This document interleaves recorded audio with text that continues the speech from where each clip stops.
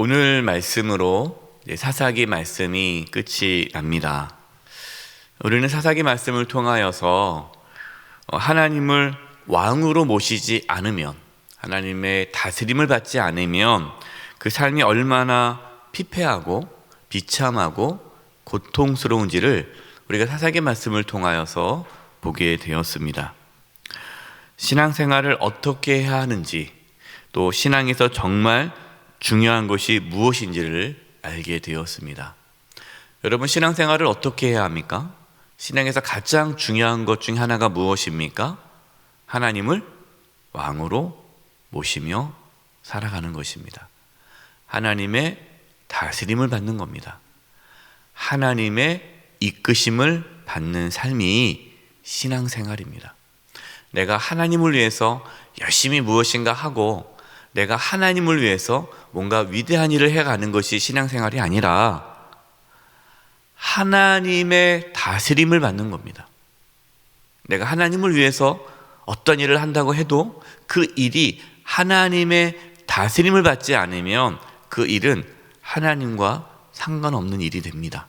그렇기 때문에 신앙생활은 자기 만족 삶이 아니라, 자기를 위한 삶이 아니라 나를 위한 것이 아니죠. 하나님의 다스림, 하나님을 왕으로 모시며 살아가는 것이 신앙생활입니다. 그러나 한국교회가 이런 부분들을 많이 놓쳤죠. 자기를 위해서, 자기 만족을 위해서, 자기 행복을 위해서 신앙생활을 하다 보니까 사사시대처럼 각각 자기의 소견대로, 내가 하고 싶은 대로 살았던 모습들이 있습니다. 여러분, 그것은 잘못된 신앙의 모습이고, 또 그렇게 가르친 것이 목회자의 잘못이죠. 다시금 우리는 깨달아야 됩니다. 신앙생활은 어떻게 해야 된다고요? 하나님을 왕으로 모시고 살아가는 삶이 신앙생활이다라는 것을 우리가 사사기 말씀을 통해 분명히 깨닫고 배웠습니다. 오늘 말씀은 사사기 말씀의 결론이자 핵심입니다. 앞서 말씀에 나온 것처럼 베냐민 지파가 악을 행해서 이제 다른 지파들과 전쟁을 하지 않았습니까? 그것으로 인해서 이제 베냐민 지파의 많은 용사들이 죽임을 당하였고, 또 여성들은 다 진멸하였습니다. 이제 600명 소수만 남게 되었는데요. 이렇게 소수만 남은 이 베냐민 지파, 이 남성들이 결혼할 여인이 없는 겁니다. 베냐민 여인이 다 죽었기 때문에 결혼할 여인이 없어요. 뭐 다른 지파 여인과 결혼하면 되겠지만 이미 이스라엘 다른 지파 사람들은 베냐민 사람들에게 자기의 딸을 주는 사람은 저주를 받을 것이다 라고 서약을 했기 때문에 베냐민 지파 남성들은 결혼할 여인이 없었습니다. 이제 그 방법으로 어떻게 하면 이 베냐민 지파를 다시 이제 살려야 되지 않겠습니까? 한 지파가 사라지는 것은 또 안 되기 때문에 또 그들은 이렇게 생각을 하는 거죠. 그러니까 안타까운 게 하나님께 물어보지도 않고, 하나님 어떻게 해야 합니까? 그렇게 하지도 않고 자신들 마음대로 결정을 합니다. 그 방법이 뭐죠? 이스라엘 자손들은 야베스 길리앗 주민들이 총회에 참석하지 않았다는 이유로, 하나님의 총, 여호와의 총회, 그 총회에 참석하지 않았다는 이유로 그들을 진멸하고 그 여인들을 강제로, 그 야베스 길리앗 여인들을 강제로 베냐민 지파의 남성들에게 주어 후사를 잇게 하였습니다. 그러면서 이제 평화를 외치죠. 13절입니다. 온 회중이 림몬 바위에 있는 베냐민 자손에게 사람을 보내어 평화를 공포하게 하였더니, 이스라엘 자손들은 살아남은 베냐민 자손들에게 이제 평화를 맺자, 이제 숨어 있지 말고 나와라, 이제 우리가 더 이상 전쟁하지 말자, 화가 난다고 무자비하게 베냐민 자손들을 죽여놓고 이제 와서 평화를 말하고 있는 것이죠. 그리고 가만히 보면 이스라엘 자손들은 자신들의 잘못을 생각하지도 않고 또 다른 폭력으로 무자비함으로 야베스 길앗 주민들을 진멸하였습니다. 그러니까 자신들의 잘못을 또 다른 잘못으로 덮으려고 한 거죠. 마치 자신들은 옳은 일을 했다, 그러니까 자신들은 옳은 일을 했다라는 명분을 내세우면서 자신들이 행한 그 악을 가리고 있는 겁니다. 이렇게 총회에 참석하지 않았다고 야베스 길앗 사람들을 다 죽이고 그 여자들을 빼앗아 베냐민 지파에게 준다는 것은 또 다른 악이죠. 혹시 우리도 이와 같이 자신의 잘못을 그럴듯한 명분을 내세우면서 가리고 있지는 않습니까? 자신이 잘못해놓고 나서 그 결과가 어떤 문제가 생겼을 때 자신의 잘못을 얘기는 안 하고 그냥 명분만 내세우고 그 잘못된 결과를 또 다른 잘못된 일로 덮으려고 하는 그러한 모습은 없습니까? 세상 사람들은 그렇게 살죠. 자신이 잘못해놓고서 그 결과가 잘못되면 또 명분을 내세우고 또 다른 잘못으로 그 잘못을 덮으려고 하는, 이것이 악순환이 되는 거 아니겠습니까? 여러분, 혹시 우리가 그러한 삶을 살고 있다면 그 삶을 끊어야 되죠.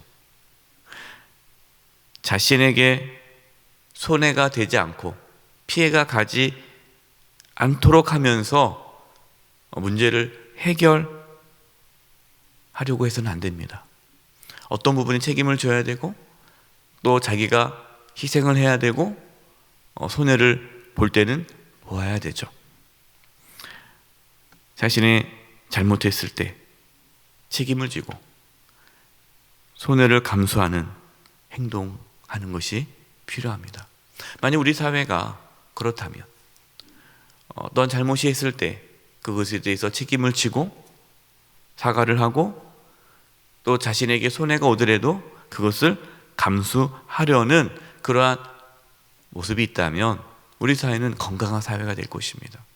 그러나 그렇지 않는다면 다 그냥 남한테 넘겨놓으려고 그러고 피해가려고 그러고 손해보지 않고 그 모든 문제 해결하려고 한다면 우리 사회는 건강한 사회가 될 수가 없습니다. 우리 예수 믿는 우리만이라도 책임지고 또 우리가 감당할 거 감당하고 그러한 삶을 살아갈 수 있기를 간절히 바랍니다. 15절입니다. 백성들이 베냐민을 위하여 뉘우쳤으니 이는 여호와께서 이스라엘 지파들 중에 한 지파가 빠지게 하셨음이었더라. 여기서 베냐민을 위해 뉘우쳤다라는 것이 우리가 잘못했구나 그런 의미가 아닙니다. 이러다 베냐민 지파들이 없어지겠네? 그럼 안 되지. 그럼 어떡하지? 그 부분에 대해서 이제 생각한다라는 거예요. 그러니까 자신들의 잘못을 후회하는 것이 아니라 자신들의 잘못을 뉘우치는 것이 아니라 이 베냐민 지파가 갑자기 이렇게 사라지게 되겠네? 그럼 안 되지. 그러면서 자신들에게 또 피해가 되지 않는 방법으로 그거를 해결하려고 합니다. 18절 보세요. 그러나 우리가 우리의 딸을 그들의 아내로 주지 못하리니 이는 이스라엘 자손이 맹세하여 이르기를 딸을 베냐민에게 아내로 주는 자는 저주를 받으리라 하였음이로다 하니라. 그러니까 자신들의 딸을 베냐민 지파에게 시집 보내면 저주를 받는다고 맹세했기 때문에 줄 수 없다라는 거예요. 그러니까 합리화를 시키는 거죠. 그러면서 또다시 자신들에게는 피해가 가지 않고 다른 사람의 고통과 아픔은 생각지도 않은 방식으로 이를 해결하려고 합니다. 그것이 20에서 21절입니다. 베냐민 자손에게 명령하 이르되 가서 포도원에 숨어 보다가 실로의 여자들이 춤을 추러 나오거든 너희는 포도원에서 나와서 실로의 딸들 중에서 각각 하나를 붙들어 가지고 자기 아내로 삼아 베냐민 땅으로 돌아가라.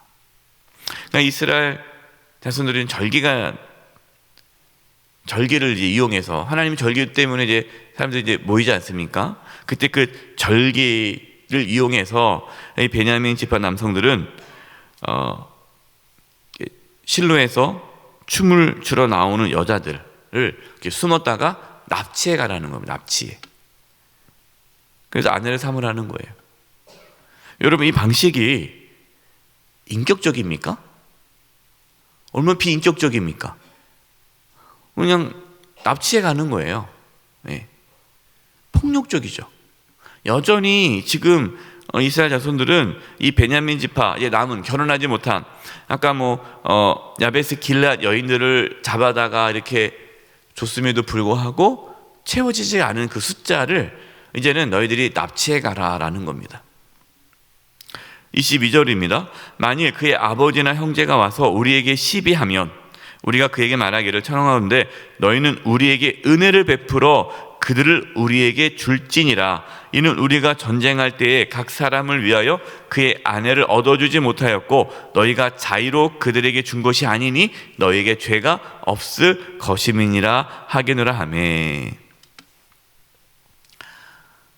그러니까 자신들의 딸과 자신들의 여동생 누이가 이렇게 납치돼간 그걸 보고 막 화가 나가지고 따지러 온 그 사람들에게 이해해라, 용납해라. 베냐민 지파 남성들이 결혼할 여자가 없어서 그렇게 한 거니까 그냥 용서해라. 그렇게 얘기해 주겠다는 거예요. 여러분, 얼마나 무책임하고 이게 폭력적인 계획입니까? 그러니까 자신만 아니면 된다는 거예요.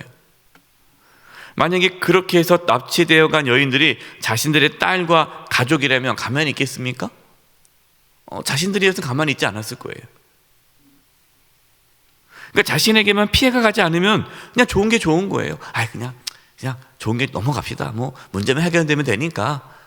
자신은 이만큼도 손해는 안 보려고 그래요. 네.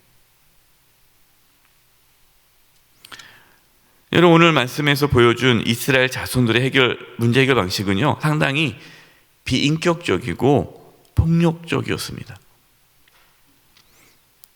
그들은 자신들의 문제를 해결하기 위해 하나님께 물어보지도 않아요.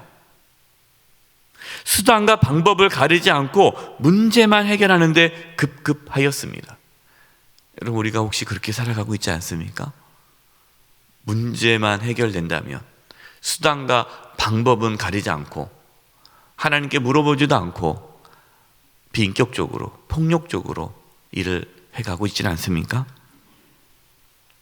왜 이렇게 이스라엘 자손들은 계속적으로 악을 행하면서 문제를 해결할까요?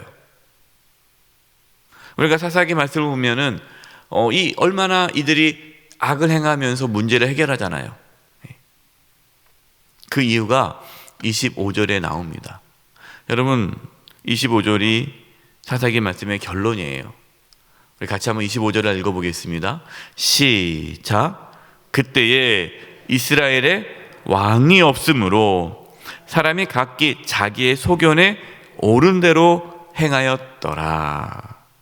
이스라엘 자손들이 계속적으로 비참하고 고통스러운 삶을 살았던 이유는 하나님을 왕으로 모시지 않았기 때문입니다. 여러분, 성경에서 죄가 뭐라고 말씀하는지 아십니까? 성경에서 죄는요, 단순히 도덕적으로 나쁜 짓을 해야 죄다, 그 개념이 아닙니다. 성경에서의 죄의 개념은요, 각자가 자기의 소견에 옳은 대로 행하는 것이 죄예요. 각자가 자기의 생각이 옳은 대로 하는 것이 죄다. 그러니까 하나님을 떠나 하나님의 말씀과 상관없이 그냥 자기의 소견대로 자기의 생각대로 살아가는 그 모든 것이 죄다라고 말씀합니다. 그래서 우리는 늘 하나님 앞에 물어보고, 우리가 이 새벽에 나와서 기도하는 것도 하나님, 내가 오늘 하루도 하나님의 다스림을 받기를 원하며 통치를 받기를 원합니다. 여러분, 어떤 거를 결정하고 어떤 일을 하기 전에 기도하셔야 돼요. 하나님께 물어봐야 돼요. 하나님, 어떻게 해야 될까요? 어떤 것이 하나님께서 기뻐하는 일일까요?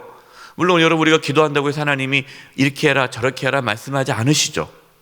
그러나 우리는 하나님께 기도하고 하나님의 말씀을 근거로 하나님, 어떤 것이 가장 하나님의 뜻에 부합한지를 깨닫게 달라고 기도를 하셔야 돼요. 그럼 하나님께서 말씀을 통해 우리에게 분별력을 주시고 하나님께서 기뻐하는 것 무엇인지를 깨닫게 되죠. 그러면 그렇게 가는 겁니다. 또 혹시 그렇게 모른다 할지라도 내가 하나님께 기도하고 하나님의 이끄심을 구하면서 우리가 나아간다면 혹시 그것이 잘못된 선택이라 할지라도 하나님은 그것을 선으로 바꾸시는 분이세요.